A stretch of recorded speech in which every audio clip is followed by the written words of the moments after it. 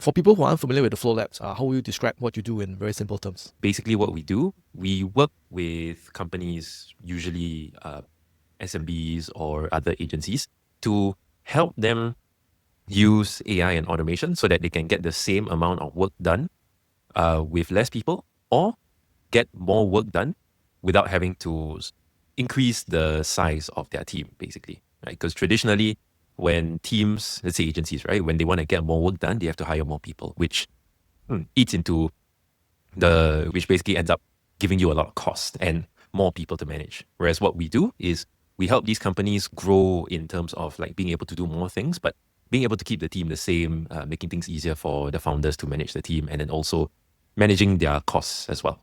I can actually share a story from one of my clients. Basically, he runs a go-to-market agency, right? So long story short, he helps other companies with their sales, helping to grow in terms of sales. So he wants to be able to, his operational processes within his agency, right? All of the sort of admin that needs to be done, all of the operational work that needs to be done within his team. Right now, he is not able to, like, he wants to grow his team, he wants to take on more clients, but because the fact that they don't have all of these things automated right now, or at least like previously when they didn't have these things automated, taking on more clients means having to manage more people, means having to consider hiring another operational person, or like someone in an ops role, for example, right? Which means that he has to manage more people. He spends more time making sure that people follow these processes, basically. And so one of the things that we did for him recently was to completely operationalize how he does his client reporting, right? So every week, one of the things that he needs to do is let his clients know how well their campaigns have performed, how well their projects have performed in terms of how many people have clicked on the emails, how many people have replied to those emails, and so on, right? Normally, he would have to do this by himself or have someone within the team do it. But usually, his team members are busy, so he has to do it himself. And because, like, say, for example, if he wants to take on more clients, he has to do more manual looking around for data and collecting the numbers, which is very tiring, right?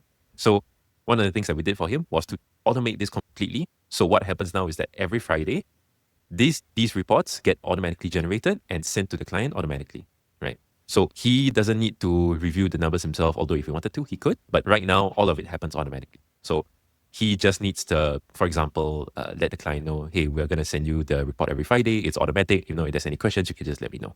And it's taken quite a lot of work off of his plate, because now he doesn't have to set aside every Friday night, for example, to think, okay, man, I need to set aside time to do these numbers. He can just focus on everything else, maybe spend time with his wife and just let the reports go out on its own. So that's sort of an example. Automation of client reports. So it's one workflow or process that you help your client to automate. Is that all that you do? Any other common workflows or processes you help automate, or is it on a client-to-client basis? At this point in time, it's a bit more of a client-to-client basis. So what we do is very custom designed based on what the client needs, because it could be based on industry, right? Some like one of my clients, for example, is within the education space, like sort of digital education. So the workflows needed there might be very different. Like, for example, he might not need a client reporting workflow because he doesn't necessarily have clients per se. He has students, right? So the workflows there would be different. For agencies, yes, they would normally need the same kind of workflows, but even then, different agencies have different models, they have different needs. Some of them are happy to do the reporting on their own. Some of them need more automation help. Some have bigger team sizes, some have smaller team sizes. Yep. So it's very custom according to what specific your client needs, and then we build based on that. What are some common ones that you are aware of or they were worked on in terms of like the workflows or processes to automate? One of the common ones that I have heard a lot about, right, and that we built a lot for, is around data management and reporting. So this is one of those things that tends to be an afterthought sometimes, right? Like you see a lot of companies, they always focus on the main service delivery or product delivery. But when it comes to managing the data, reporting the data, putting it into a way that's easy to understand and get insights from, is something that's always an afterthought, because when everyone's very busy sort of like trying to perfect their product or service, that when it comes to the back end of managing the data, reporting the data, everyone's like, okay, oh man, I don't have time for this. Let me just do this another time. And then another time becomes another time. And then it just ends up being delayed forever, right? So that's one of those things that we're helping companies do so that they can actually get some value from the data that's already sitting within their organization. It's just that they've never had the time to properly sit down and try to unlock it. Okay, so that's number one. Another common set of workflows that I hear about is around automating communication.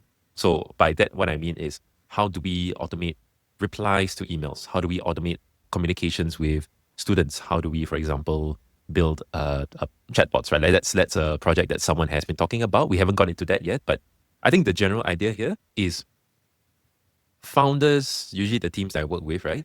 They are so stretched that sometimes they're not able to properly keep up with client requests. They're not able to keep up with potential clients' inquiries, or just like even generally questions from the people within the community, right? And one of the things that we do is we help them find a way to automate these communications and have the what they call human in the loop. So basically have a human step in when the AI is not able to handle it, right? But for majority of these queries, AI is actually able to handle it, and we're able to train it that way. So that's another common set of workflows that we're building.